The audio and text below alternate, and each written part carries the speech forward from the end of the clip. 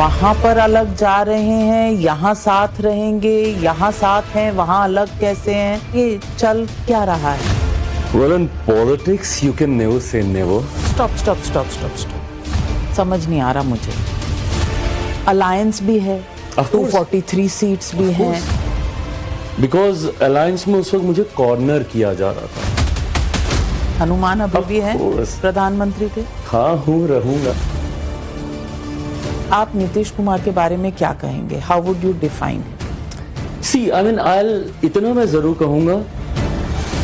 नीतीश कुमार, सम्राट चौधरी, चिराग पासवान, अगला मुख्यमंत्री कौन? मुझे किसी जनरल सीट से चुनाव लड़ना चाहिए, सामान्य सीट से चुनाव लड़ना चाहिए। कौन सी? Chirag Paswan will never be the deputy CM of Bihar. Hello and welcome to this very special episode of Frankly Speaking with Chirag Paswan, Union Minister, and अब बिहार में क्या होने वाला है पासवान जी? क्योंकि रोज आपके नए स्टेटमेंट आते हैं। You are going to fight 243 seats, तो अब वहां पर अलग जा रहे हैं, यहाँ साथ रहेंगे, यहाँ साथ हैं, वहां अलग कैसे हैं, ये चल क्या रहा है? Well, in politics, you can never say never, but let me put everything on record once and for all. मतलब मैं इसको एकदम सीधे तरीके से, स्पष्ट तरीके से रख देता हूँ। कोई नए स्टेटमेंट नहीं, कोई नए रोज स्टेटमेंट नहीं। रोज एक ही स्टेटमेंट है, और जो कि बहुत स्पष्ट है कि मैं चाहता हूं कि मैं बिहार जाऊं और मैं बिहार में चुनाव लड़ूं। मेरा राजनीति में आने का कारण ही बिहार और बिहारी रहे हैं। मैं सब जानते हैं, दिल्ली में रहा हूं, दिल्ली में पला बढ़ा हूं, बम्बई में मैंने काम किया है, और उन दिनों मैंने देखा है कि किस तरीके से दूसरे राज्यों में बिहारियों को प्रताड़ित किया जाता है, अपमानित किया जाता है। टू एन एक्सटेंट बिहारी शब्द तक को गाली बना दिया गया। मुंबई में जब मैं काम करता था तो लोगों को जब किसी दूसरे को अपमानित करना होता तो ए बिहारी करके उनको बुलाया जाता था। ये बातें मुझे परेशान करती थी कि क्यों जो मेरा मान है, अभिमान है, जो मेरा गुरूर है, वो गाली क्यों बन गया। ऐसे में बिहारी अस्मिता की लड़ाई लड़ने का मैंने फैसला लिया था। 2013 में मैं सक्रिय राजनीति में आया, 14 का मैंने चुनाव लड़ा। तीसरी बार का सांसद बनने के बाद नाविका जी, मुझे इस बात का एहसास हुआ है कि दिल्ली में रह के आप जो करना चाहते हैं नहीं हो सकता। उसके लिए I need to go back to my state. Bihar में मैं जाना चाहता हूं, विधानसभा का मैं चुनाव लड़ना चाहता हूं। पार्टी के समक्ष मैंने अपनी इच्छा रखी है। पार्टी को अंतिम फैसला लेना है। Before you ask a counter question कि भैया आप ही पार्टी हैं, let me answer this. Was this your counter question? यही है कि पार्टी के समक्ष रखना है। पार्टी भी आप हैं, बॉस भी आप हैं, कंटेंडर भी आप हैं, डिसीजन मेकर भी आप हैं। से कि पार्टी को ये फैसला लेना है, what I exactly mean to say is party को इस पे अध्ययन करना, मंथन करना, चिंतन करना है कि क्या मेरे चुनाव लड़ने से पार्टी को फायदा है, गठबंधन को फायदा है। भाजपा ने ये प्रयोग कई बार किया। उन्होंने कई अपने सांसदों को विधानसभा के चुनाव में उतारा, उन्होंने अपने केंद्रीय मंत्रियों तक को चुनाव में उन्होंने उतारने का काम किया, जिसका कई बार उन्हें लाभ मिला भी है। क्या मेरे चुनाव लड़ने से मेरी पार्टी, मेरे गठबंधन को क्या इसका लाभ मिलेगा, या सारा ध्यान मेरी ही सीट पे केंद्रित हो जाएगा और जितना समय हम लोग बाकी जगह प्रचार के लिए दे सकते हैं क्या वो कम हो जाएगा? इन सारी बातों पर पार्टी अभी मंथन कर रही है। जो अंतिम फैसला होगा जरूर मैं उसको अपनाने का मैं काम करूंगा। जब मैं कहता हूं 243 सीटों पे मैं चुनाव लड़ूंगा, नाविका जी, एज एन एलाय हर किसी को इस भूमिका में रहना चाहिए। कल जेडीयू ने अपने 243 प्रभारियों की उन्होंने सूची निकालने का काम किया। कतई इसका मतलब ये नहीं है कि वो 243 सीटों पे वो चुनाव लड़ना है। आपको हर सीट पे खुद का प्रत्याशी समझकर जब तक आप 100% नहीं देंगे, हम लोग जिस लक्ष्य की ओर अग्रसर हो रहे हैं 225 प्लस सीटें जीतने का, वो हम लोग तभी हासिल कर सकते हैं जब हर एक अलाय अपना 100% इस अलायंस में देगा। उसी सोच के साथ मैं आगे बढ़ रहा हूँ। स्टॉप। समझ नहीं आ रहा मुझे। कौन अलायंस भी है, 243 सीट्स भी हैं। पिछली बार भी आप 243 सीट्स लड़े थे बीजेपी से अलग जाके, तब आपने नीतीश कुमार के बारे में कुछ कहा था। काफी कुछ कहा था। इस बार आपका ओपिनियन क्या है? बिकॉज अलायंस के नेता अभी भी उन्हीं को प्रोजेक्ट किया जा रहा है, इसीलिए ये अलग। थोड़ा विस्तार से समझाइए कि ये फैमिली है कि नहीं है एनडीए की, और अगर एनडीए की फैमिली है तो आप 243 सीट्स की क्यों बात कर रहे हैं? यहाँ डिवोर्स है या वहां न्यू बिगनिंग है? प्लीज विस्तार से समझाइए। कहीं पे कोई डिवोर्स नहीं, कोई न्यू बिगनिंग नहीं। मैंने बहुत स्पष्ट तरीके से समझाया, मैं पुनः समझाता हूँ। 243 सीटें लड़ने का मतलब, Are you out of the NDA or no, are you I'm not out of the NDA. Why should I be out of the NDA? A minister here and contesting against them there. वही formula. Why should I contest against them there? Who's saying that I will contest against them there? मैं 2020 का चुनाव नहीं लड़ रहा हूँ। 2020 में a little fact check, मैंने 243 सीटों पे चुनाव नहीं लड़ा था, मैंने 137 सीटों पे चुनाव लड़ा था। भारतीय जनता पार्टी के प्रत्याशियों के सामने मैंने प्रत्याशी नहीं उतारे थे उस वक्त। और उस वक्त yes, I mean I had my concerns with then chief minister and current chief minister, because alliance में उस वक्त मुझे कॉर्नर किया जा रहा था।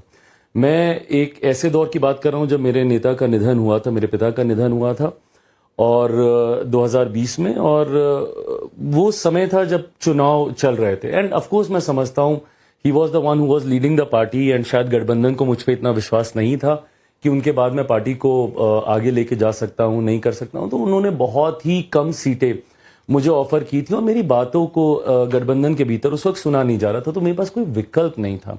आज की तारीख में व्हेन यू से कि वो सेम वही चेहरा है, तो क्या आपके इश्यूज रिजॉल्व हो गए? ऑफ कोर्स रिजॉल्व हुए, क्योंकि अब मुझे गठबंधन के भीतर वो स्पेस मिलती है अपने कंसर्न्स को एड्रेस करने की। ऐसा नहीं है कि कंसर्न्स अभी भी नहीं होते हैं, होते हैं, बट जब गठबंधन के भीतर वो एड्रेस हो जाते हैं तो वो फोरफ्रंट पे नहीं आते, वो पब्लिक वो नहीं होते। What did you ask? Hanuman अभी भी है प्रधानमंत्री के? हाँ, हूं, रहूंगा। ये व्यक्तिगत रिश्ता है मेरा, और ये दुनिया की कोई भी ताकत, कोई भी शक्ति मेरे इस रिश्ते को मेरे प्रधानमंत्री से नहीं बदल सकती। और ये समर्पण भाव इतना ज्यादा था कि 2020 में भी मैंने अकेले चुनाव लड़ा। मैं वैकल्पिक गठबंधन की ओर नहीं गया, मैंने कोई ऑल्टरनेटिव अलायंस नहीं चुना, अकेले चुनाव लड़ा, प्रधानमंत्री जी के सामने नहीं लड़ा। मैं पूछना चाहती हूं कि पॉलिटिक्स में क्या व्यक्तिगत रिश्ते और पॉलिटिकल रिश्ते सेपरेट हो सकते हैं? आपने कहा प्रधानमंत्री के हनुमान हैं। प्रधानमंत्री जिस लीडरशिप के जिस पड़ाव पर हैं, वहां उनसे ज्यादा पॉपुलर कोई है नहीं। अगर आप अलग जाने की बात करते हैं तो कहीं ना कहीं वो दर्शाता नहीं है कि कॉन्फिडेंस। कब बात की? जब आप 243 की बात करते हैं तो ये सवाल तो उठता मैं है। क्या करूं? मैं मतलब सिर्फ मैं अपनी, मुझे जितनी 30, 40, 35 सीटें मिलेंगी सिर्फ मैं उसी पे ही ध्यान केंद्रित कर दूं, बाकी सीटों को मैं बोलूं कि जाओ भाड़ में, खुद देख लो। 137 में पिछली बार एक मिली थी आपको। Listen, Baba, what is the point of me being in an alliance? The whole concept of me being in an alliance is this only ना, कि मैं अपना वोट ट्रांसफर करवा सकूं। चलो मैं दाल का काम नहीं कर सकता, बट दाल में नमक का काम तो कर सकता हूं ना। कम से कम मैं उतना पुश तो दे सकता हूं जिससे कि वो सीट आप जीत जाओ। मैं नहीं बोलता कि मैं अभी आज की तारीख में चिराग पासवान में इतनी ताकत है कि मैं अकेले लड़के में सारी सीटें जीत जाऊं, बट मैं उन सीटों को जिताने में एक अहम भूमिका निभा सकता हूं जो सीटें शायद आप 10,000, 12,000, 15,000, 20,000 के मार्जिन से आप हार रहे हो, वो पुश तो मैं दे सकता हूं। तो आप कह रहे हैं 30-40 सीटों की पार्टी बनकर अलायंस में रहना आपके लिए मुश्किल है। एम्बिशन भी है और कंट्रीब्यूशन आप कह रहे हैं आपका हो सकता है। तो कितनी सीटें आपको लगता है आप डिजर्व करते हैं, यानी कि आपकी पार्टी कितनी सीटें डिजर्व करती है अलायंस में? और इतनी नहीं मिलेंगी तो मैं दिस इज दिस सिंपल। मतलब जितने इनोसेंस से आपने सवाल पूछ लिया, क्या इतना आसान? बिहार का चुनाव आने वाला है, इतनी जद्दोजहद शुरू हो चुकी है। इतना आसान होता तो अभी तक हम लोग शायद सीटों की घोषणा कर दिए होते। ये चर्चा अभी शुरू नहीं हुई? अभी नहीं हुई। तो इसीलिए आप यू आर फ्लेक्सिंग मसल्स, क्योंकि आप बॉडी बिल्डिंग में बहुत विश्वास रखते हैं, तो you are flexing muscles before that. मेरी फिलहाल थोड़ी तबीयत खराब चल रही है, तो इसलिए अभी तो मैं क्या ही मसल्स फ्लेक्स करूं। मैं पूछना चाहती हूं कि आप बीजेपी के खिलाफ पिछली बार भी नहीं लड़े थे, तो क्या एलर्जी सिर्फ जेडीयू से है? एलर्जी की बात नहीं है। उस पार्टी के नेता मेरे प्रदेश के मुख्यमंत्री हैं, और पिछले 2 दशक से ज्यादा से वो प्रदेश के मुख्यमंत्री हैं। ऐसे में स्वाभाविक है कि सवाल कई बार एज एन एलाई भी आपके सवाल होते हैं। जैसा मैंने कहा कि 20 में मुझे स्पेस नहीं मिलता था, तो मुझे मीडिया के माध्यम से अपने प्रश्नों को रखना पड़ता था, बट क्योंकि आज स्पेस मिलता है तो कई ऐसे विषय हैं जो कि गठबंधन के भीतर ही चर्चा करके उसका निष्कर्ष या समाधान उसका निकल जाता है। प्रदेश का नेतृत्व आप कर रहे हैं, सवाल आपसे बनते हैं। मैं अगर बिहार में सरकार का हिस्सा होता तो शायद मेरे पास स्पेस ज़्यादा होता चर्चा करने का। ये बात भी हम लोग को समझनी ज़रूरी है पॉलिटिकल क्लैरिटी के लिए। मैं केंद्र में ज़रूर मैं सरकार का हिस्सा हूं, पर मैं बिहार में मैं सरकार का हिस्सा नहीं हूं। बट हाँ, मैं सरकार का क्या ही, हाँ नहीं, वो अब तो वो भी नहीं ना, एक भी नहीं ना, अब वो भी जेडीयू के ही अब विधायक बन गए जो एक जीत के आए थे, तो उन्होंने भी जेडीयू ही ज्वाइन कर लिया था उसी वक्त। तो इसलिए मेरे पास वो संख्या बल भी नहीं है कि मैं सरकार का मैं हिस्सा बन सकूं। बट तो मैं जिस सरकार का समर्थन करता हूं बिहार में, आज की तारीख में भी उनसे अगर सवाल होते हैं तो मैं जरूर पूछता हूं। जवाब मिलता है? जरूर मिलता है। नहीं मिलता होता तो फिर आज आप नीतीश कुमार के बारे में क्या कहेंगे? How would you define him? See I mean इतना मैं जरूर कहूंगा कि एक ऐसे मुख्यमंत्री जिनके पास इस बात का अनुभव है कि बिहार जैसे राज्य को जिस स्थिति में उन्होंने उस राज्य की कमान संभाली थी। आज भी हम लोग कई बार जब 90 के दशक का जिक्र करते हैं तो लोग सवाल करते हैं कि भैया कब तक आप लोग जंगल राज के ऊपर ही उंगली उठाकर आप लोग चुनाव लड़ते रहिएगा। बट ये जंगल राज उस युवा पीढ़ी को जानना जरूरी है जो इस बार का फर्स्ट टाइम वोटर है, जो 2005 के बाद जिसने जन्म लिया। उसको नहीं पता 2005 से पहले वाला बिहार कैसा है, और उसके लिए जानना जरूरी है। व्हाई? बिकॉज टुडे जब वो सोशल मीडिया के ऊपर जब वो दिल्ली, बंबई, दूसरे राज्यों से बिहार को कंपेयर करता है, विदेशों से बिहार को कंपेयर करता है, उसको ये पता ही नहीं कि 90 के दशक में बिहार को किस कदर तक बर्बाद कर दिया गया था। आज क्या है? जंगल राज नहीं है बिहार में, बट जिस परिस्थिति से निकाल के लाए हैं उससे बहुत बेहतर है। जंगल राज अगर आप अपराध को लेकर कर रही है तो डेफिनेटली अपराध इज अ बिग कंसर्न। और ये इसके कितने मर्डर्स हुए पिछले एक हफ्ते में गिन सकते हैं आप? बिल्कुल बहुत हुए हैं, और ये बहुत शर्म की और चिंता की बात है। आपने पहले कहा था कि नीतीश कुमार का सेल्फिश डिजायर है टू बी पीएम, इसीलिए वो अपनी कुर्सी पकड़ कर बैठे हैं। क्या स्थिति बदली है? जिस तरीके से मैं मुख्यमंत्री जी को मेरे प्रधानमंत्री के समक्ष पूरे समर्पण भाव से देखता हूं, वो विश्वास मैं देखता हूं जिस तरीके से हमारे प्रधानमंत्री देश का नेतृत्व कर रहे हैं, खास तौर पे बिहार के प्रति जो प्रधानमंत्री जी का समर्पण रहा है, मुझे लगता है कि मुख्यमंत्री जी का भी विश्वास प्रधानमंत्री जी के नेतृत्व में उतना ही है, और जब उनका विश्वास है तो मेरा भी है। बहुत से लोग सवाल उठाते हैं उनकी तबीयत को लेकर, बिकॉज हाल ही के कुछ ऐसे एपिसोड्स हैं जहां टेलीविजन पर भी ये दिखा है कि उनके व्यवहार में कहीं ना कहीं कुछ गैप्स हैं। आप क्या कहेंगे? मैं अधिकृत व्यक्ति कतई नहीं हूं उनके व्यक्तिगत विषयों को, और यह बाहर है तो मेरे पास विकल्प है ना बाहर रहने का। 2020 में जब मेरे पिता के निधन को कुछ घंटे नहीं बीते थे, मैं पहले चरण की सूची तैयार कर रहा था अकेले चुनाव लड़ने के लिए। मेरे लिए तो सबसे कंफर्टेबल टाइम था ना समझौते करने का। मैं उस वक्त समझौता करता। मैं 2024 में क्यों, मैं 2020 में केंद्र में मंत्री बन जाता। मुझे 15 सीटें दी जानी थी लड़ने के लिए, 15 में से मैं 12-13 सीटें मैं जीतता। उसमें से मेरे 2-3 मंत्री मेरे बिहार में भी बनते। तो अगर सत्ता मुझे इतनी ही प्यारी होती तो मैं तभी बन जाता ना। सत्ता के लिए नहीं, भाजपा के साथ मेरे भाजपा का जो नेतृत्व कर रहे हैं मेरे प्रधानमंत्री, मैं विचारों के साथ उनके साथ मैं जुड़ता हूं। मैं सहज मानता हूं अपने आप को एनडीए अलायंस में। और उसके बाद 18 जुलाई की तारीख अगर मेरे को ठीक से याद है 2023 में जब वापस मैं एनडीए का हिस्सा बना और प्रधानमंत्री जी ने मुझे गले लगाया, तो उस दिन मेरे लिए ये बहुत बड़ा सवाल था कि क्या मैं इन सारी बातों को भूलने के लिए तैयार हूं, या फिर अगर मेरे मुख्यमंत्री जी के साथ उतने ही डिफरेंसेस हैं और उन चीजों को नहीं भुलाया जा सकता, तो बहुत बेहतर है कि मैं फिर अलायंस के बाहर रहूं। अलायंस में रहकर भीतरघात करूं और अलायंस के विरोध में काम करूं, ये गलत सोच होती। मैं पूछना चाहती हूँ, इस वक्त एक अलग युद्ध चल रहा है बिहार में, और वो युद्ध है ये जो intensive revision of voter list है। और इस युद्ध में किस तरह के शब्द इस्तेमाल किए गए हैं आपके सामने भी हैं। मामला सुप्रीम कोर्ट तक गया, उन्होंने स्टे नहीं किया, लेकिन कल तेजस्वी यादव जी ने कहा है कि सूत्र और आगे आप जानते ही हैं। आप इस अभियान को क्या समझते हैं? क्या ये अभियान माइनॉरिटी वोटर्स को लिस्ट से बाहर करने का अभियान है, इसीलिए जो ऑपोजिशन कर रहा है वो सही है? पहली बात तो ये एक संवैधानिक संस्था के द्वारा लिया गया एक फैसला है। इस पे इस तरीके की टीका टिप्पणी करना और जिस तरीके से शब्दों की मर्यादा को इसमें खोया गया है, मैं कतई उसको उचित नहीं मानता। जो लोग इस पे सवाल खड़े करते हैं, एक बार मैं उनसे पूछना चाहूंगा कि क्या हर चुनाव के बाद ये वही लोग नहीं हैं जिन्होंने चुनाव आयोग के पास जाकर शिकायत करने का काम किया था duplicacy of the voter list को लेकर, वोटर लिस्ट में हो रही गड़बड़ियों को लेकर, धांधलियों को लेकर? क्या हर चुनाव के बाद, लोकसभा के हों, अलग अलग राज्यों में विधानसभा के, महाराष्ट्र के चुनाव के बाद तो पूरी वोटर लिस्ट को ही लेकर इन्होंने पूरा हंगामा कर दिया था कि इतने फर्जी वोटर बना दिए, इतने ये कर दिए, वो कर दिए। एक तरफ आप शिकायत करते हैं, उसके निवारण के लिए जब थरो रिवीजन किया जाता है उसमें भी आपको दिक्कत होती है।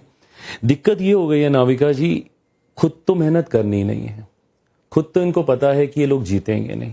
अब उसके बाद ठीकरा किस पे फोड़े अपनी हार का? अब इन्होंने वो नई नई व्यवस्था तैयार करनी शुरू कर दिया। ईवीएम कब तक चलेगा? अब वो हो गया ईवीएम। अब इनको ईवीएम से कोई दिक्कत नहीं। अब किसी राज्य के चुनाव के बाद आपको ईवीएम पे ठीकरा फूटता हुआ नहीं दिखता। अब ये वोटर लिस्ट आ गई है नहीं कि अब इतने नए वोटर, फर्जी वोटर ये तैयार कर दिए जाते हैं, वो तैयार कर दिए जाते हैं। तो अब इनको एक नया बहाना मिल गया, नया एजेंडा मिल गया। आप ही बता दीजिए ना क्या करना है फिर? रिवीजन करें, नहीं करें? क्या ये जरूरी नहीं है? मतलब क्या देश में बिना डॉक्यूमेंटेशंस के क्या लोग रहें, बिना नागरिकता उनकी जाने हुए, घुसपैठिए भी आके रह लें, सब आके रह लें? क्या आप उससे ठीक है? लार्ज नंबर्स में बिहार में क्यों नहीं है? आप सीमांचल के एरिया में जाके देख लीजिए, आधार कार्ड, मतलब वहां पे 100% की आबादी है तो वहां पे 123 से 135% तक के आधार कार्ड बने हुए हैं। क्या चल रहा है? ये हो ही रही है ना कहीं घुसपैठियों के साथ। अच्छा, उसके बाद जब तो आधार कार्ड बनाता कौन है? किसकी गलती है अगर आधार कार्ड जाली बन रहे हैं? तो अगर ये गलती हुई है तो इसको भी तो सुधारना होगा। अगर उसको लेकर अगर रिवीजन हो रहा है, क्योंकि कल को फिर शिकायत तो यही करते हैं ना आके भी।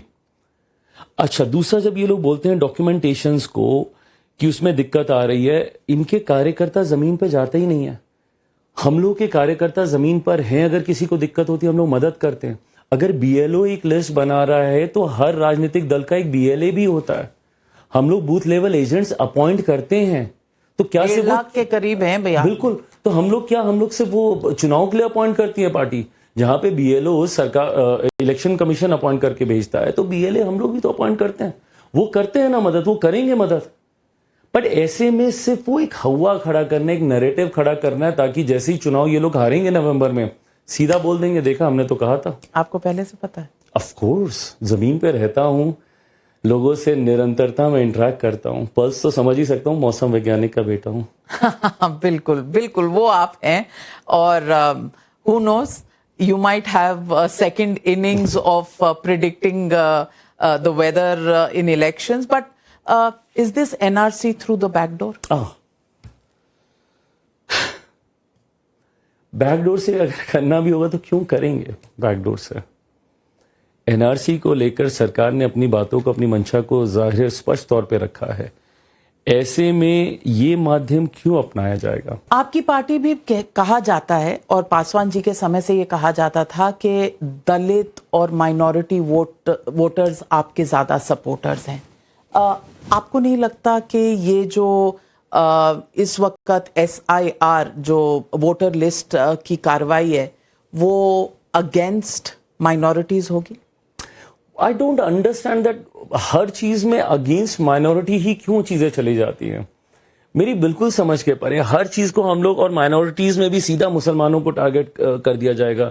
ये हो रहा है तो मुसलमानों के खिलाफ हो रहा है, ये हो रहा है तो मुसलमानों के खिलाफ हो रहा है। पहली बात तो मुझे ये बता दे, तथाकथित जितने प्रेमी बैठे हैं मुसलमानों के, इन्होंने क्या कर दिया मुसलमानों के लिए? सच्चर कमेटी की रिपोर्ट जब आई थी उससे पहले लंबे समय तक केंद्र और मेरे बिहार में कौन सत्ता में था? क्या ये लोग सत्ता में नहीं थे? तो क्यों उसमें मुसलमानों के हालात को इतना बदतर बताया गया? क्यों उसमें मुसलमानों को लेकर इतनी चिंताएं जताई गई? आप ही बता दीजिए ना। कांग्रेस मुसलमानों की इतनी, राबड़ी देवी जी ने तो इतनी चिंता जताई है, उन्होंने ताजिए को, बिल्कुल वो करती है, हर बार करती है, अच्छी बात है, करना चाहिए। बट बता दीजिए क्यों फिर मेरे प्रदेश में मुसलमानों के हालात ऐसे हैं? 15 साल तक निरंतरता में किसकी सरकार रही? भाई आप लोग की सरकार रही ना। और जिस समीकरण को बनाकर आप चलते हैं, एमवाई समीकरण को, जो जातीयता और सांप्रदायिकता के ऊपर आधारित है, उस समीकरण के लिए आपने क्या कर दिया? Tell me what have you done for M? Forget about M, what have you पर डन फॉर उन्होंने वाई? फोर्स तो कर दिया एनडीए को। सरकार ने अब कास्ट एन्यूमरेशन की सेंसस डिक्लेयर कर दी। बिहार चुनाव पास में था, इसलिए करनी पड़ी ना। करनी पड़ी नहीं, ये एज एन एलाय हम सबकी भी ये विश थी, हम सब ये चाहते थे। मेरा तो उस वक्त बीजेपी के साथ डिफरेंस ही इन 2-3 विषयों को लेकर दिखाया जाता था कि कास्ट सेंसस चिराग चाहते हैं, बीजेपी नहीं चाहती। बट ये फिर वही व्यवस्था है जहां गठबंधन के भीतर हम लोग बैठे, चर्चा हुई, बताया गया, हनुमान जी की बात राम जी ने सुन ली। मैं पूछना चाहती हूँ आपसे कि नीतीश कुमार, सम्राट चौधरी, चिराग पासवान, अगला मुख्यमंत्री कौन होगा? नीतीश कुमार। नीतीश कुमार होंगे? Chirag Paswan doesn't have chief ministerial ambitions? I like the way you provoke. Provoke, it's a simple question. फिलहाल जब वैकेंसी ही नहीं है तो इन चीजों पे माथापच्ची करने तो का फिर कोई 243 सीटें लड़नी क्यों है? क्यों नहीं लड़ेंगे भाई? 243 लड़के ही जब तो आपने जीतेंगे। बनना ही नहीं मुख्यमंत्री, जब वो अरे सरकार तो अपनी बनानी है। अलग लड़के, किसने कहा और कब कहा? आपने कहा 243 सीट्स तो तभी 243 सीट पे पूरा का पूरा गठबंधन, एनडीए का हर एक प्रत्याशी चुनाव लड़ेगा, जीतेगा। तो आप अलग नहीं लड़ेंगे ये तो मैंने इंटरव्यू की शुरुआत में ही स्पष्ट कहा। और आप खुद लड़ेंगे? कौन सी कॉन्स्टिट्यूएंसी से लड़ेंगे? Hajipur has always been Ramvilas Paswan ji constituency, वहां से ही लड़ेंगे? कोई और आपने? ये तमाम चीजों पे जैसे मैंने कहा कि party is working on this कि कौन सा। अरे बाबा, I also need a feedback from the party ना। नहीं, बट आप तो straight talking young face of और मैं जैसे ही seat don't be a quintessential politician and you know बल्कि अवॉइड आंसरिंग क्वेश्चंस। अरे बाबा, the minute I will have an answer I will give it to you. So what is your thought? What is your thought? No, there's a very interesting You can say that there will be deliberation, but what is Chirag Paswan's thinking and vision? my thinking is that yes, I want to contest election. Also, there's a very Which very constituency? interesting proposal that has come my way कि मुझे किसी general seat से चुनाव लड़ना चाहिए, सामान्य seat से चुनाव लड़ना चाहिए. So that is also something which I am very strongly considering. Very soon. बता दीजिए. बाबा, of course I'll tell you. 2-3 options तो दे दीजिए कि जहां आप सोच रहे हैं कि ये हो सकता There है. are multiple options. हम लोगों ने शुरुआत की थी. There is a series of rallies that I am doing in Bihar, जहाँ पे बिहार के 4-5 जिलों का एक संभाग बना के वहां पे हम लोग सभाएं कर रहे हैं. शुरुआत हम लोगों ने शाहबाद के इलाके से की. आरा में मेरी पहली बड़ी सभा थी. So that area can also be one of the areas. फिर हम लोग नालंदा गए, राजगीर में हम लोगों ने बहुत बड़ी सभा की.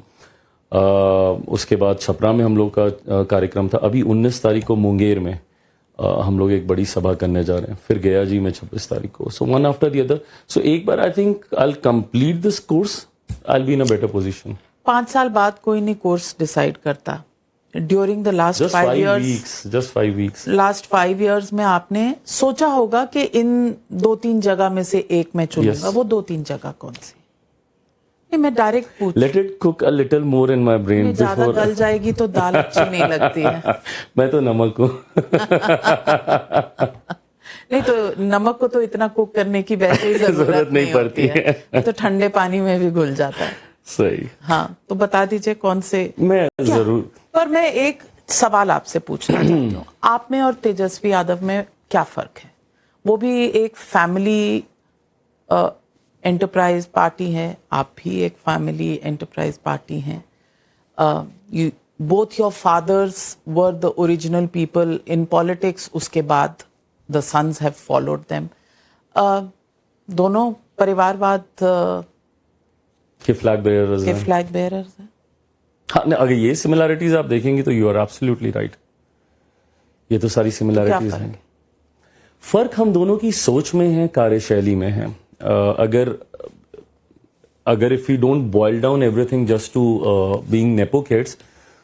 और मैं ये मानता हूँ, मैं ईमानदारी से मानता हूँ नाविका जी कि किसी बड़े व्यक्तित्व का बेटा या बेटी होना आपका सौभाग्य हो सकता है, आपकी काबिलियत नहीं. ऐसे में जब आपने मेरा और मेरे छोटे भाई का जिक्र किया, दोनों की सोच में मुझे एक बहुत बड़ा डिफरेंस दिखता है. I still think that my younger brother Tejashwi, वो अभी भी बहुत कंजर्वेटिव स्टाइल ऑफ पॉलिटिक्स करते हैं. वो अभी भी बहुत जात पात धर्म मजहब की, मैं 14 करोड़ बिहारियों की बात करता हूँ. मैं बिहार में अमीरी गरीबी के गैप को मैं ज़्यादा देखता हूँ. मेरे लिए चिंता उन गरीबों को लेकर होती है जो और गरीब होते जा रहे हैं. मेरे लिए चिंता उन पलायन किए हुए बिहारियों की होती है जो 2-2, 3-3 पीढ़ी से बिहार से बाहर रहने को मजबूर हैं. पलायन रोकना तो एक तरफ की बात है, मैं रिवर्स माइग्रेशन की सोच के साथ में आगे बढ़ता हूँ. मेरे पास एक क्लियर विजन है. बिहार फर्स्ट, बिहारी फर्स्ट की मैं बात करता हूँ. आप बिहार की कोई एक समस्या मुझे बताएं, मैं आपको उसके समाधान में बताऊंगा, क्योंकि मैंने इतना काम किया है बिहार की समस्या पे. बाढ़ सुखाड़ की हो, रेवेन्यू जनरेशन की हो, किसानों की लेकर हो, शिक्षा स्वास्थ्य को लेकर हो. I have worked on these details concerning the difficulties addressed by Bihar and Bihari's. तो ये सोच का फर्क है. तेजस्वी जी में मुझे अभी भी दिखता है सरकार को सपोर्ट कर रहे हैं पिछले 15 सालों से, तो वही सरकार है, तो ये सब डिलीवर ही नहीं कर पाई. तो अब इसका भी मैं कारण बताता हूँ. आज जब मेरे प्रधानमंत्री बोलते हैं, शुरू में नहीं इतना समझ में आता था, पर आज समझ में आता है डबल इंजन की सरकार के लाभ क्या होते हैं. उत्तर प्रदेश जैसे राज्य में हम लोगों को पिछले 11 साल से डबल इंजन है. नहीं बाबा, 11 साल से कोई डबल इंजन की सरकार नहीं है. हम लोग के बिहार की आयरनी ही यही रही है कि हम लोगों के बिहार में विरोधाभास की सरकारें नहीं हैं. जब केंद्र में यूपीए की सरकार होती थी तो बिहार में एनडीए की सरकार थी. 2005 में जब एनडीए की सरकार बनी, जब नीतीश कुमार जी मुख्यमंत्री बने, तो 2005 से लेकर 2014 तक केंद्र में यूपीए की सरकार और बिहार में एनडीए की सरकार. जैसे ही केंद्र में एनडीए की सरकार बनी तो 2015 में मुख्यमंत्री जी राजद के साथ जाके महागठबंधन की सरकार बन गई. तो ऐसे में वो विरोधाभास की सरकारें ऑन अ स्ट्रेच 27 साल तक मेरे राज्य में विरोधाभास की सरकारें थी. अब उसमें होता क्या, केंद्र सरकार की योजनाएं राज्य सरकार धरातल पर नहीं उतारती, राज्य सरकार की परियोजनाओं को केंद्र सरकार स्वीकृति नहीं देती. अब लाभ मैं आपको बताता हूं. एक साल में जब मैंने कहा कि 7 बार मेरे प्रधानमंत्री, 7 बार मेरे तो आप कह रहे हैं, बहुत इंपॉर्टेंट पॉइंट है. तो आप कह रहे हैं कि सेंट्रल गवर्नमेंट ऑपोजिशन स्टेट्स को न्याय नहीं देती.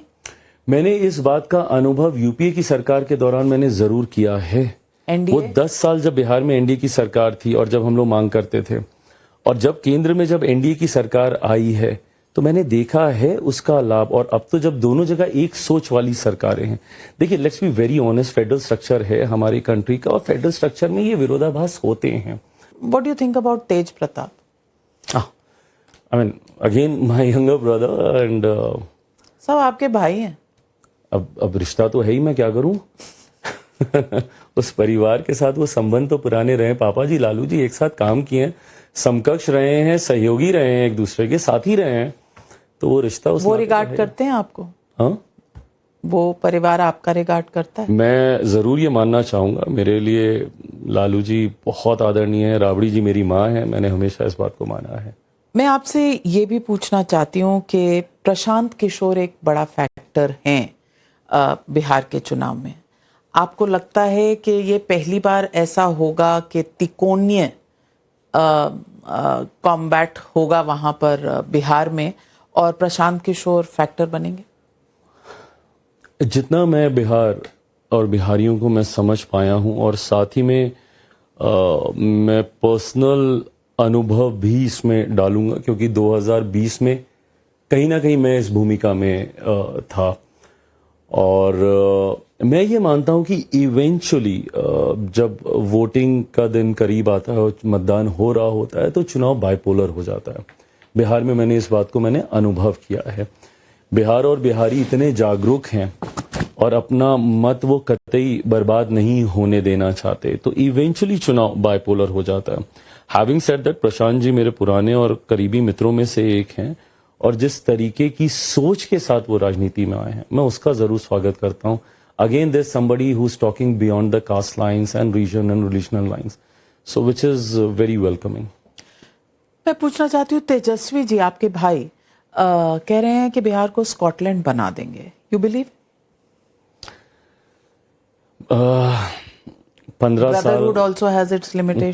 15 साल उनके परिवार के पास ही बिहार था.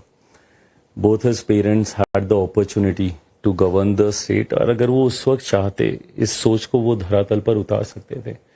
तकलीफ मुझे इस बात की है कि उस वक्त उन्होंने नौकरियों के बदले ज़मीन लेने का काम किया।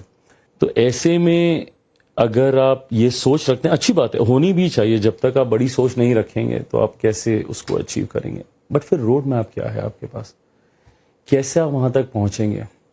क्या है आपके पास बिहार में रेवेन्यू जनरेशन करने की सोच, या प्रति व्यक्ति आय को बढ़ाने के लिए पर कैपिटा इनकम कैसे आप इंक्रीज करेंगे?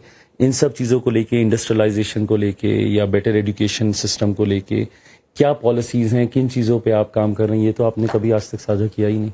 आज जो महाराष्ट्र में चल रहा है कि महाराष्ट्र में हो तो मराठी बोलो, और आपको पता है कितने बिहार के लोग, यूपी के लोग महाराष्ट्र जाते हैं काम करने के, और उन हिंदी बोलने के लिए मारा पीटा भी जा रहा है उन्हें। इसके बारे में आप क्या सोचते हैं? गलत है, बहुत गलत है। भारत विविधताओं के लिए ही जाना जाता है और हर भाषा की एक अपनी खूबसूरती है। मैं अगर आपकी भाषा का सम्मान करता हूं, आप भी मेरी भाषा का सम्मान कीजिए। भाषाओं को एक दूसरे पे थोपना, मैं कतई इस बात का मैं पक्षधर नहीं रहा हूं। ये सिर्फ पॉलिटिकली ड्रिवन है, ये एक पॉलिटिकल एजेंडा है जिसके तहत जिन लोगों ने अपनी राजनीतिक जमीन खोई हुई है वो अपनी जमीन को हासिल करना चाहते हैं। सिर्फ इस सोच के साथ ये किया जा रहा है। बट तकलीफ इस बात की है, क्योंकि अभी कल परसों मैं सोशल मीडिया में एक वीडियो देख रहा था, समबडी लिविंग इन यूपी, वो मराठी लड़का था, अब उसको फोर्स कर रहे हैं कि आप भोजपुरी बोलो। बंगाल में रहने वाले को, पंजाब में, हाँ आप बोल सकते हैं। I am not very fluent, but हाँ बताओ, कुछ भी प्रभु आगे कतई मुझे ऐसे उसमें हॉटस्पॉट में मत डाले। नहीं, थोड़ी सी हम लोग भाषा विवाद का हम लोग जिक्र कर रहे हैं। हाँ, तो नहीं, भोजपुरी बिहार में लोग आपको सुनना चाहेंगे कि चिराग पासवान भोजपुरी। बिहार में सब कुछ ठीक है बा, अब इसके आगे जो पूछना पूछे। पंजाबी आती? बोल लेता हूँ थोड़ी बहुत। कैसी? माय मदर्स पंजाबी ना, इसलिए पूछ रही हूँ कि कितनी चंगी आंदी? माड़ी मोटी। माड़ी मोटी।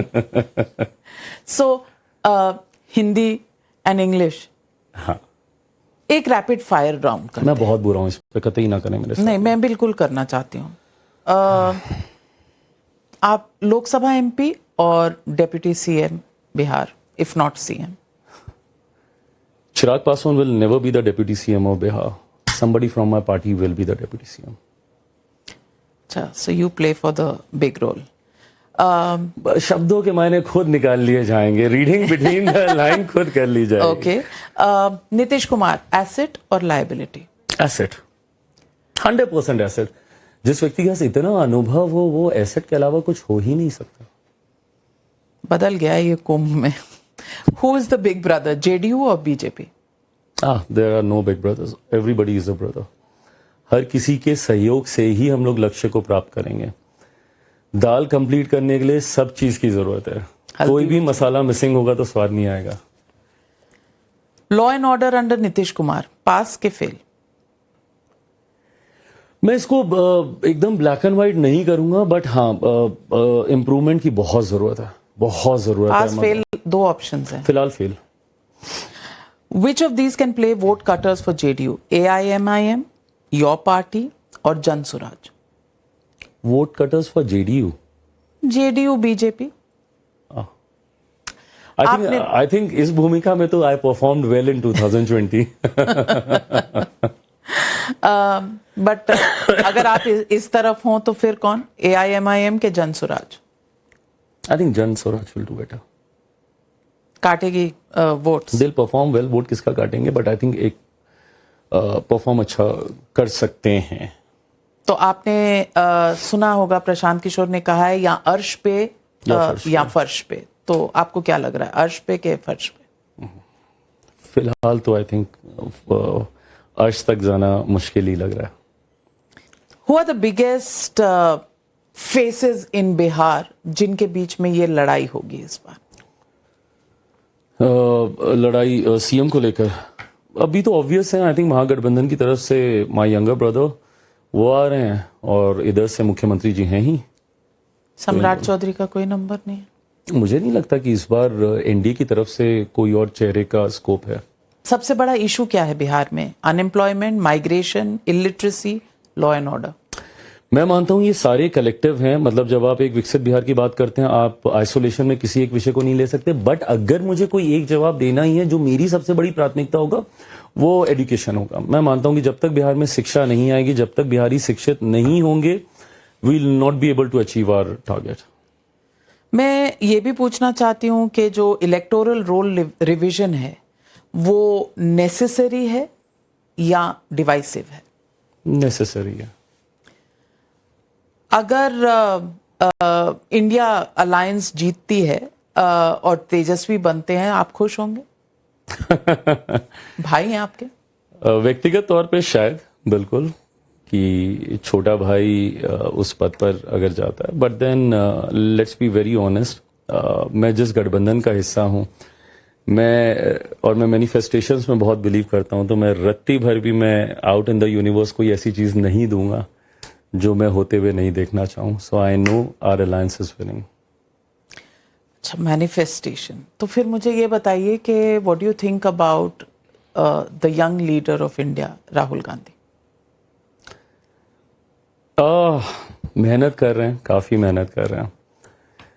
बट मेहनत भी दो तरीके की होती है। एक तो दिन भर आप दीवार को धक्का देते रहें, वो भी एक मेहनत ही है। अगर उस मेहनत का कोई आउटकम नहीं निकल रहा, जो कि एक लंबे समय से देखा गया है, नहीं निकल पा रहा है। He's traveled across the length of our country also, but then still लोग अगर नहीं आप पे वो विश्वास कर पा रहे हैं, तो कहीं ना कहीं कुछ तो चूक हो रही है, कुछ तो कमी हो रही है। और दिक्कत कांग्रेस पार्टी के साथ, जो कि देश की सबसे पुरानी पार्टी है, वो यही है कि ये लोग आत्ममंथन नहीं करते। जितना समय आप बहाने तैयार करने में या जितना समय आप एक शील्ड तैयार करने में आप लगाते हैं, उसका अगर 10% समय भी आप सेल्फ इंट्रोस्पेक्शन पे लगा लें कि भाई कहाँ गलत जा रहे हैं, लोकसभा के ये परिणाम क्यों आए, विधानसभा में ऐसा क्यों हुआ, हम क्यों हरियाणा जैसा राज्य एक तरफा लहर के बाद अगर हम लोग हार रहे हैं, ये सारी चीजों के ऊपर बैठ के आत्ममंथन करने की जरूरत है, जो ये लोग नहीं करते हैं। और मुझे लगता है यही कारण है कि कांग्रेस, राहुल गांधी से मतलब ऐसी इन सब चीजों को लेकर तो नहीं। पड़ोसी हम लोग लंबे समय से रहे, मेरे पिछले घर में भी वही पड़ोसी थे, अभी नए घर में जहाँ पे शिफ्ट करूंगा वहां पे भी वही पड़ोसी। 12 जनपद और 10 जनपद। हाँ, 12 जनपद 10 जनपद। अब मैं सुनहरी बाग में हूँ, तो यहाँ पे भी राहुल जी पड़ोसी में। तो आपका पड़ोसियों का रिश्ता है? पड़ोसियों का रिश्ता है। अच्छा। पर एक दूसरे के घर दाल नहीं भिजवाते। नहीं भिजवाते। Last question, Chirag Paswan the politician, Chirag Paswan the film अभिनेता? Are you serious asking me this question? Miss करते हैं? Such an obvious answer. Nobody ever related to me as an actor. I was such a disaster there. I was such a disaster there. Why would I miss something which I've never achieved in life? But so refreshing to hear somebody talk about their failures also so freely. Shows वो कहते हैं ना, पांव जमीन पर रहने चाहिए, बहुत और जरूरी है। आत्ममंथन जिसके आपने बात की। Chirag Paswan, always a pleasure speaking with you. लेकिन बहुत से सवालों को आपने डॉज किया है। उम्मीद करती हूँ I'll be a little more frank next time, I promise. चलिए, we'll wait for that. Some more time to pass and more fireworks to happen. Thank you very much. Thank you. Thank you.